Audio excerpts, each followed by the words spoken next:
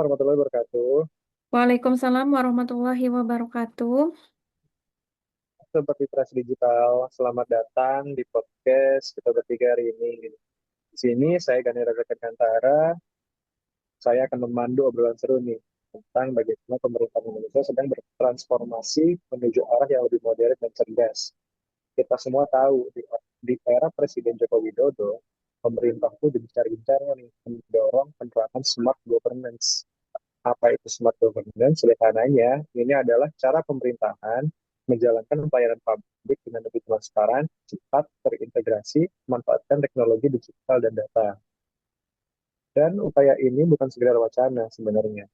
Contoh, pemerintah tuh waktu itu meluncurkan aplikasi OSS, Online Single Submission, untuk mempermudah perizinan usaha yang dulu awalnya ribet, jadi bisa selesai secara online. Ada juga nih program Smart City di beberapa kota besar seperti Bandung, Surabaya yang sudah mulai memanfaatkan CCTV pintar dan aplikasi laporan warga untuk mengawasi kondisi kota. Gitu pun di Kabupaten Bogor, ada yang namanya lapor Pak Bupati. Nah, kita sedang merambah ke arah Smart City juga, guys. Lalu, perjalanan menuju Smart Governance ini nggak selalu mulus ya. Namanya ada cita-cita, pasti ada obstacle. Nah, ada beberapa isu yang jadi perhatian publik, misalnya. Pertama, masih banyak daerah yang belum optimal dalam penerapan SPBE atau sistem pemerintahan berbasis elektronik. Bahkan beberapa justru melanggar kewajiban sesuai dengan Perpres nomor 95 tahun 2018 tentang SPBE. Kedua, kasus data center pemerintah yang masih tumpang tindih dan belum sepenuhnya mengikuti standar keamanan digital. Nah, ini yang sempat ramai waktu di era Presiden Pak Joko Widodo, yang mana data center kita ini kena hack dan si hackernya tuh minta tuntutan sekitar sekian juta dolar. Nah, ketiga, dalam aspek pengelolaan kualitas ASN masih ada hambatan karena sistem belum sepenuhnya transparan, sehingga berpotensi melanggar semangat UU Nomor 5 Tahun 2014 tentang ASN. So, di episode kali ini kita akan kupas tuntas nih isu-isu kenapa bisa terjadi, apa dampaknya, dan tentu saja bagaimana solusi kreatif dari Teh Ira dan Teh Okta supaya Indonesia ini benar-benar bisa mewujudkan pemerintah yang smart, dan cuma di atas kertas. Akan tetapi, kita akan fokus nih ke isu yang paling besar terkait bobolnya keamanan data center pemerintah Indonesia. Nah, sebelum itu, aku pengen kenalan dulu dong, ini buat audiens ya. Jadi, saya ini Ganda Raja Kantara, saya bekerja di pemerintah Kabupaten Bogor, bertugas di Badan Pendapatan Daerah sebagai sekretaris terampil. Mungkin selanjutnya, Ibu-Ibu silahkan. Halo, saya Nur Oktaviani. Saya bertugas di Kecamatan Cijeruk sebagai arsiparis terampil. Halo Mbak Okta dan Mas Gani, perkenalkan nama saya Ira Oktaviani, saya sebagai arsiparis di Kecamatan Luiliang. Oke, thank you, Ira dan Teh Okta. Jadi setelah ini kita bakal masuk ya guys ya ke sesi diskusi. Nah, saya garis bawahin lagi yang akan kita bahas adalah isu terkait bobolnya data center pemerintah Indonesia. Sekarang aku ingin tahu nih beberapa sudut pandang terkait perwujudan smart governance yang terlambat oleh isu terkait kebocoran data center Indonesia dari berbagai sudut pandang, khususnya teknologi informasi dan manajemen ASN. Nah, yang pertama, kalau dilihat dari perspektif teknologi informasi, kira-kira seperti apa nih kawan-kawan? Ada yang mau menyampaikan teorinya kah? Jangan lupa juga ya, disampaikan sudut pandang terkait solusinya juga. Oke, ya ada yang mau menyampaikan nggak? Kalau menurut aku, tantangan sisi TIK, integrasi dan keamanan data center pemerintah yang tumpang tindih, menimbulkan tantangan besar di sisi teknologi informasi dan komunikasi. Secara teknis, ini mengacu pada sistem yang tidak terintegrasi dan tersebar. Setiap kementerian atau lembaga seringkali memiliki data center sendiri yang mengakibatkan redundasi infrastruktur, terjadinya duplikasi perangkat keras dan perangkat lunak di berbagai instansi. Ini boros biaya dan tidak efisien. tidak seragaman standar, setiap instansi bisa menggunakan teknologi, protokol, dan prosedur yang berbeda. Ini menyulitkan interoperabilitas dan pengawasan terpusat. Kerentanan keamanan sistem yang terfragmentasi lebih sulit dikelola dan dipantau. Hal ini meningkatkan resiko celah keamanan dan potensi kebocoran data. Untuk solusinya, sisi titik konsolidasi dan standarisasi. Satu, konsolidasi data center. Solusi utama adalah mengkonsolidasikan data center yang ada menjadi pusat data nasional yang terpusat dan dikelola secara profesional. Pendekatan ini akan mengurangi biaya infrastruktur dan operasional, meningkatkan efisiensi dan skalabilitas, mempermudah penerapan standar keamanan tunggal, standarisasi keamanan digital. PDN harus menerapkan standar keamanan digital yang ketat sesuai dengan ISO 27001 dan amanat Undang-Undang PDP. Ini mencakup enkripsi data, kontrol akses yang ketat, audit berkala, dan penanganan insiden keamanan. Oke, terima kasih banyak.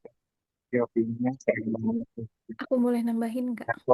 Ya, Kalau menurut aku oh sih, ada yang mau tambahin iya, sama Teh Ira? Boleh. boleh, boleh. Iya Kalau sih. menurut aku sih dari sudut pandang manajemen ASN itu, seharusnya ada beberapa solusi yang diperketat supaya kejadian tersebut tidak terjadi lagi, seperti rekrutmen dan seleksi, yaitu solusinya meningkatkan asesmen kompetensi digital, terus penerapannya misalkan pegawainya dites psikolog dulu atau simulasi, terus wawancara berbasis perilaku supaya tahu nih sebenarnya kemampuannya seperti apa, terus mengembangkan kompetensi dan pelatihan yang berkelanjutan.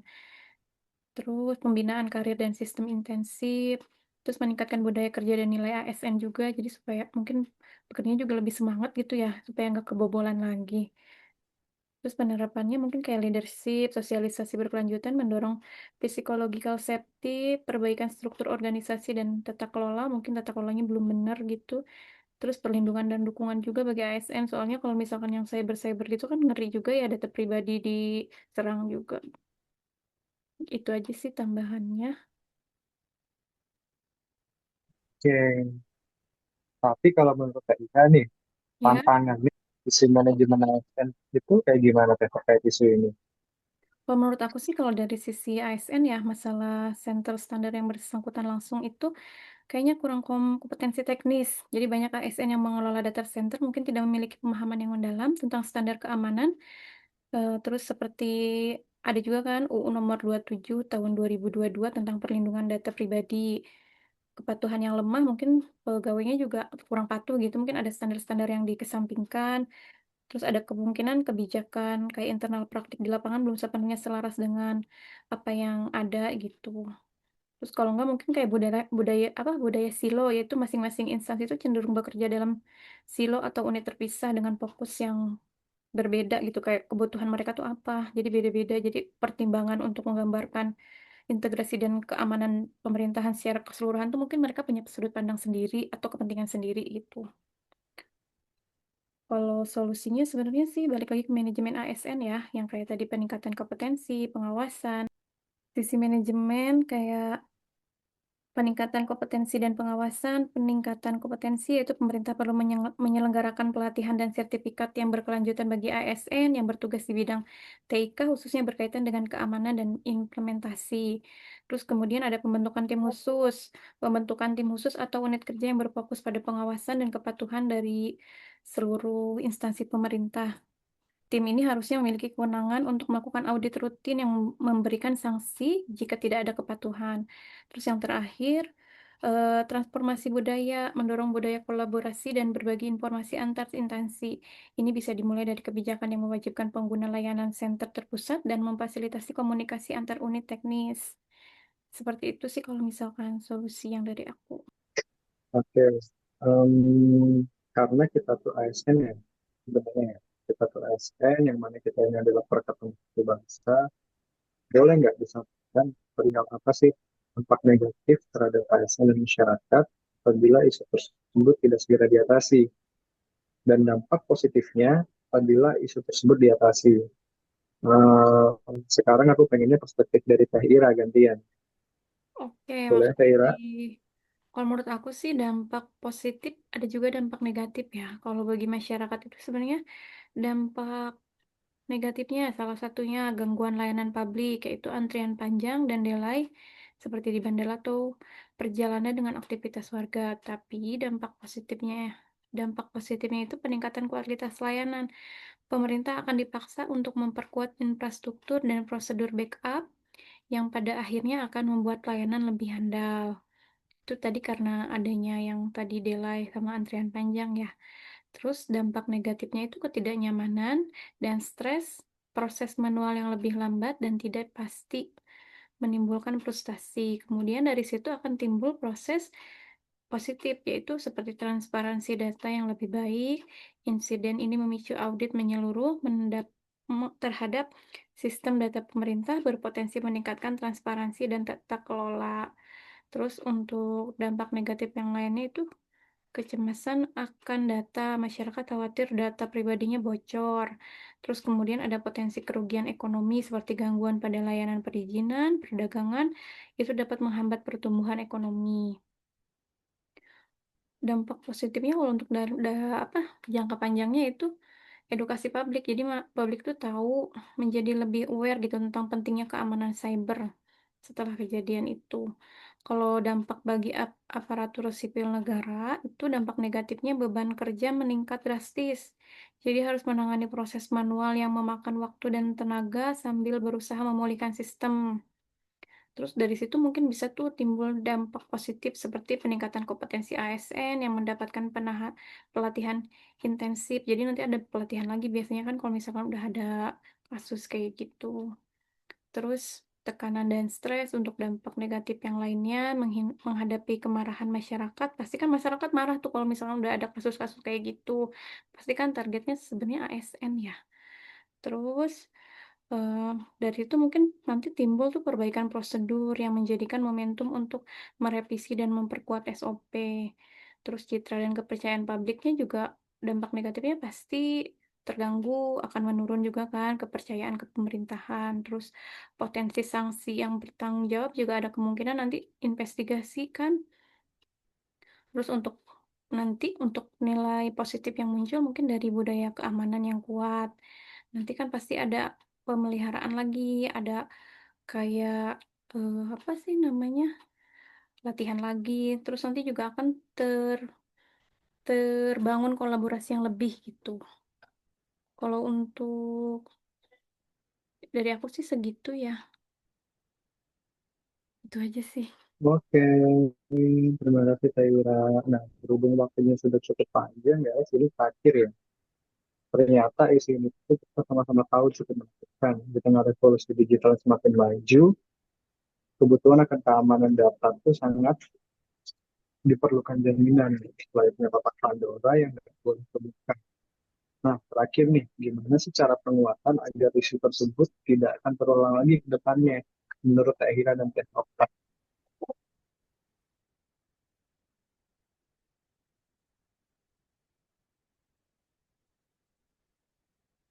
Halo Mbak, nggak ada suaranya. Mbak Okta, halo. Udah. Nah, Menurut aku, penguatan kebijakan atau dasar hukum. Kebijakan dan dasar hukum adalah fondasi. Tanpa aturan yang kuat, implementasi di lapangan akan sulit dikendalikan. Satu, penyelarasan dengan Undang-Undang PDP, perlu adanya peraturan pemerintah atau peraturan presiden. Turunan yang secara spesifik mengatur konsolidasi data center dan standar keamanan digital. Bagi seluruh instansi pemerintah, peraturan ini harus secara tegas merujuk pada Undang-Undang Nomor 27 Tahun 2022 tentang Perlindungan Data Pribadi sebagai landasan. Mandatori penggunaan PDN. Terbitkan kebijakan yang mewajibkan seluruh kementerian dan lembaga menggunakan pusat data nasional. Kebijakan ini harus jelas, tidak memberikan celah bagi instansi untuk membangun data center sendiri kecuali dalam kondisi yang yang sangat spesifik dan dengan izin khusus. Sanksi yang tegas, aturan harus dilengkapi dengan sanksi administrasi atau hukum bagi instansi atau individu yang tidak mematuhi standar keamanan data dan tetap menjalankan data center yang tidak terintegrasi. Sanksi ini akan mendorong kebutuhan yang lebih baik. Kedua, penguatan manajemen ASN. Manajemen ASN adalah kunci implementasi ASN yang kompeten dan berintegritas akan memastikan kebijakan berjalan dengan baik. Peningkatan kompetensi, upskilling, reskilling, perkuat program pelatihan, dan sertifikat bagi ASN di bidang TIK, khususnya terkait keamanan siber, manajemen data, dan kepatuhan terhadap Undang-Undang PDP. Lakukan reskilling bagi ASN yang bertugas di data center lama agar mereka bisa beradaptasi dengan teknologi baru di PDN. Pembentukan tim khusus, bentuk tim pengawas data yang terdiri dari ASN, ahli di bidang TIK, hukum, dan manajemen risiko. Tim ini bertugas melakukan audit rutin, memberikan rekomendasi, dan memastikan seluruh instansi patuh pada standar yang ditetapkan. Pembangunan budaya sadar keamanan data, tanamkan budaya kerja yang mengutamakan kesadaran akan pentingnya perlindungan data pribadi. Hal ini bisa dilakukan melalui sosialisasi kampanye internal dan penghargaan bagi instansi yang berhasil menerapkan praktik terbaik dalam mengelola data. Oke, terima kasih banyak Kak Okta buat jawabannya. Mungkin ada perspektif lain dari Kak Ira, bisa disampaikan. Kalau menurut aku sih, kalau berdasarkan yang aku ini ya, kayaknya kalau misalkan untuk mencegah terulangnya insiden serupa, itu bisa melalui satu perkuatan infrastruktur teknologi seperti penerapan Zero Trust, yaitu menggeser paradigma keamanan dari percaya dari dalam menjadi waspada dari luar, menjadi tidak percaya, selalu verifikasi setiap akses baik dari manapun, dari luar maupun dari dalam. Terus peningkatan sistem backup, memastikan ada cadangan backup yang terpisah secara fisik dan logis dari sistem utama. Terus kemudian ada modernisasi dan patch manajemen yang ketat. Seluruh software, operating system, dan firmware harus selalu diperbarui dengan patch keamanan.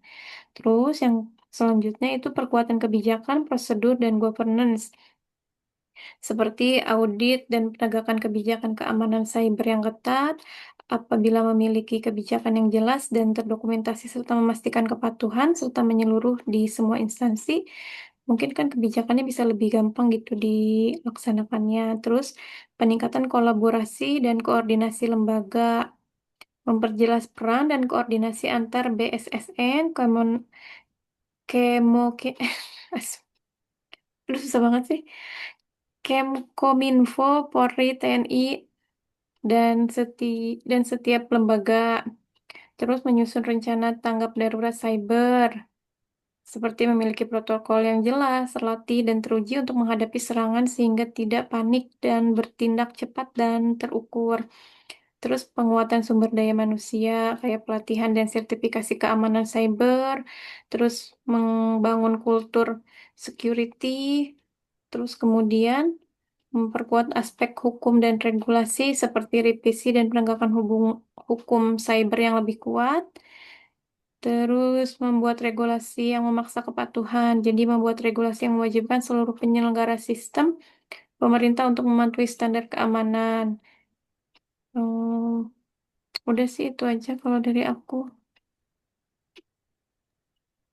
Oke, terima kasih banyak Kak Ira. Mungkin dicukupkan ya diskusi kita ya guys ya.